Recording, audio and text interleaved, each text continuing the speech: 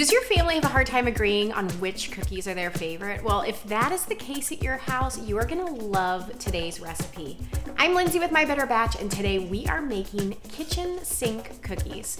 That's right, this is a cookie where you can throw in just about everything but the kitchen sink, a sure way to keep everyone in your house smiling.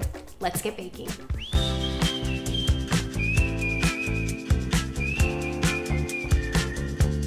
While everyone's idea of a kitchen sink cookie is just a little bit different, this cookie is typically characterized by a hearty texture, a chewy interior, and a burst of flavor from the many different mix-ins. So whether sweet, salty, or crunchy is your preference, the appeal of this cookie is its versatility. It's really the ability to be able to use up all of the odds and ends that you might have lingering around in your pantry, and just how easy they are to customize. This throw everything in approach results in a deliciously eclectic mix of flavors and textures. Today I'm going to show you how to make my personal favorite, but here are some elements you might find in a typical kitchen sink cookie recipe. As you can imagine, with so many options, the possibilities are endless. Dig into your pantry and use your imagination here.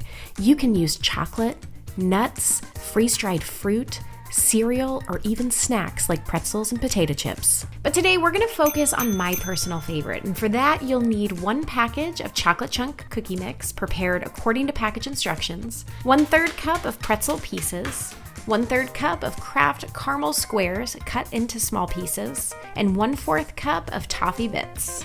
You know by now I love a good shortcut, so today we are using a pre-made chocolate chunk cookie mix.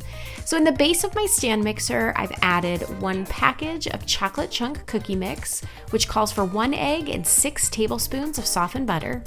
I'm just gonna mix this dough together on medium-low speed until the ingredients are incorporated and the dough just begins to form. At this point, we're gonna add in our mix-ins. So to that dough, let's add 1/3 of a cup of pretzel pieces, 1/3 cup of Kraft Caramel Squares cut into small pieces, and 1/4 cup of Heath Toffee Bits.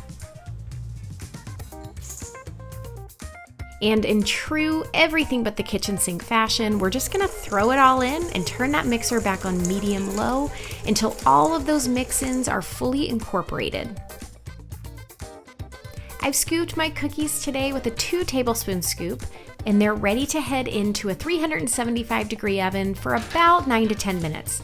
I like my cookies on the more underbaked side, so I watch for the edges to be set and for the cookies to lose that shiny appearance before taking them out of the oven. One way I like to finish these off is by quickly shaping up the edges, especially with that caramel baked in. Today I'm using a round cookie cutter, but a plastic cup would work just fine. Gently swirl the edges of the round cookie cutter or cup around the edges of the cookie. This is a really simple way to get perfectly round, picture-worthy cookies in an instant. The trick? Do this as soon as they come out of the oven. Because we used a pre-made chocolate chunk cookie mix today, we went from the bowl to the oven in less than 15 minutes. This cookie was so simple to make. Now, what did we end up with? It is a cookie that is soft, chewy. It is full of sweet, salty flavors, caramel, chocolate, the crunch from the pretzels. This is a really good cookie. Now, think about how fun it could be to set up a kitchen sink cookie bar at your next family gathering or get together.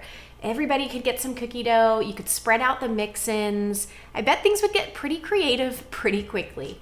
I've shared with you my favorite kitchen sink combination, but I would love to hear yours. Make sure you drop it in the comments below, and as always, make sure you're subscribed and don't forget to hit that like button. I'm Lindsay with My Better Batch. Thanks for baking with me today. Got the caramel, the chocolate, the crunch from the pretzel, and the dog eating.